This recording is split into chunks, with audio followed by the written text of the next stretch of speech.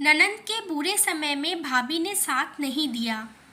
बहू साक्षी सुनो ना, राधिका का फ़ोन आया था, आना चाह रही है कुछ दिनों के लिए यहाँ। साक्षी ने बोला क्यों मम्मी जी, क्यों? सास सुशीला ने कहा अरे शादीशुदा होने का ये मतलब तो नहीं होता है ना कि मायके से बेटी का हक ही ख़त्म हो गया। और दूसरी बात राधिका कोई शौक से रोटी तोड़ने नहीं आ रही है।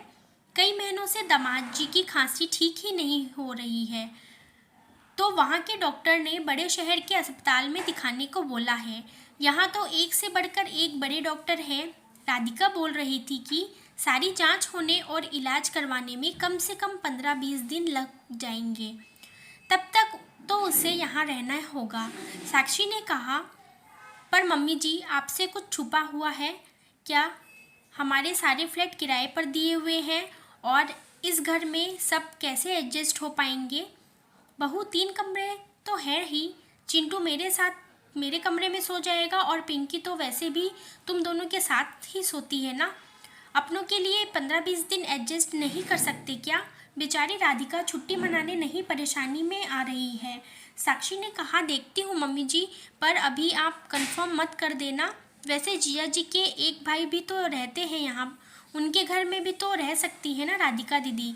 यह सुनकर सुशीला बोली बहू वह 2 बेडरूम का घर है, वहाँ जेठ जेठानी और उसके बड़े बड़े बच्चे हैं, वहाँ मुश्किल होगा रहना। ऊपर से उनकी जेठानी का तीखा स्वभाव। सास की इन बातों को सुनते ही साक्षी बोली आप छोड़िए मम्मी जी, मैं शाम को खुद राधिका दीदी से बात कर लूँगी, कुछ ना कुछ उपाय तो निकल ही आएगा। सुशीला जी ने सोच में पड़ गई कि आखिर इसमें सोचने और उपाय वाली कौन सी बात है।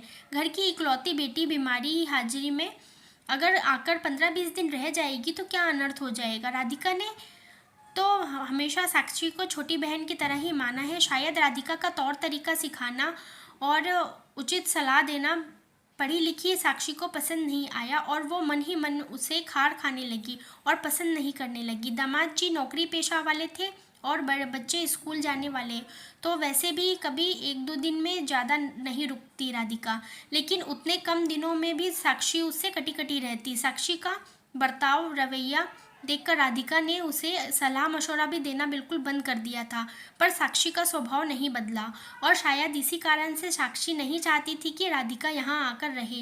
पर मायका होते हुए बेटी होटल में रहे यह भी तो शोभा नहीं देता, और फिर वो राधिका को कैसे कहेगी कि वो यहाँ आकर ना रहे, वो भी तो तब जबकि उसका बर्ताव बुरा नहीं है। दीदी कल से 4 बार फ़ोन कर चुकी हूँ, आप फ़ोन क्यों नहीं उठा रही हो?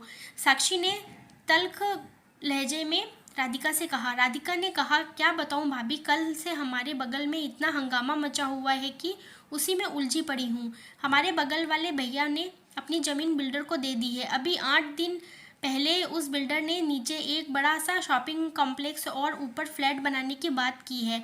भैया को 20 फ्लैट में से 6 फ्लैट देगा और 20 दुकानों में से 10 दुकान देने की बात हो गई है। काम शुरू होने ही वाला था कि उनकी दोनों बहनें आ धमकी और अपना अपना हिस्सा मांगना शुरू कर दिया, और भैया कह रहे हैं कि सब बांट ही देंगे तो हमारे पास क्या बचेगा। तुम लोगों की शादी और दहेज में तो खर्च किया ही है, अब इनमें से कुछ नहीं मिलेगा। पर बहनों ने कोर्ट जाने की धमकी दी है और पुलिस दरोगा बुलाकर काम भी रुकवा दिया है, और बोली पिताजी का घर रहता तो हम हक ना मांगते, पर जब उस पर भाई इतना लंबा चौड़ा काम और बिजनेस कर रहा है तो हमें भी अपना अपना हिस्सा चाहिए। दोनों पक्षों को समझाने में सबके साथ में व्यस्त थी। भाभी आप तो मेरी आदत जानती ही हो, इस चक्कर में फ़ोन नहीं देख पाई। इस तरह से ननंद और भाभी में लंबी बात चली। बोलो भाभी आप क्या कह रही थी? साक्षी अपने ननंद की यह बातें सुनकर हड़बड़ाहट में बोली मैं क्या कह रही थी? हाँ मैं यह कह रही थी, नहीं पूछ रही थी आपके आने के बारे में। अब जिया जी कैसे हैं, कब आने का प्रोग्राम है आपका? राधिका ने बोला भाभी कल से थोड़ा सुधार लग रहा है, डॉक्टर ने जो दवाई बदली थी शायद अब असर कर रही है।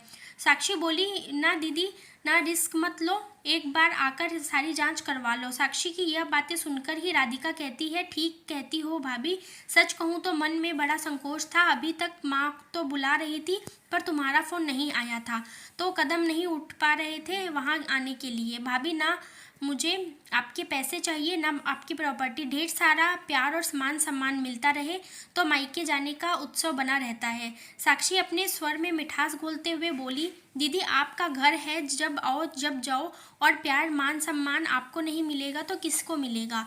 भला कोई और बेटी थोड़ी ही है इस घर की। भले ही ऐसे फ़ोन करती ना करती, जीजा जी की तबीयत की बात थी तो फ़ोन करना ही था। साक्षी फ़ोन रखने के बाद सोचने लगी कि मैंने तो सोचा था कि अपनी ननद से कहूँगी, दीदी मैं तो कुछ दिन के लिए मायके जाने की सोच रही हूँ, आपको आना है तो आ जाओ। ननद खुद इशारा समझ जाएगी और नहीं आएगी। लेकिन फ़ोन पर ननद की बात सुनकर तो साक्षी माथा ही ठंडक उठा। उसने सोचा ननद के अच्छे संबंध बनाकर रखेगी तो सब अच्छा है, वरना उसकी ननद को अपना हक मांगते देर नहीं लगेगी। साक्षी ने ठान लिया कि वह अपनी ननद से बना के रखेगी, नहीं तो प्रॉपर्टी का बंटवारा ना हो जाए। इस तरह से ननद और भाभी के रिश्ते अच्छे हो गए। यही है ननद और भाभी की कहानी। तो ये कहानी कैसी लगी मुझे कमेंट करके ज़रूर बताइएगा।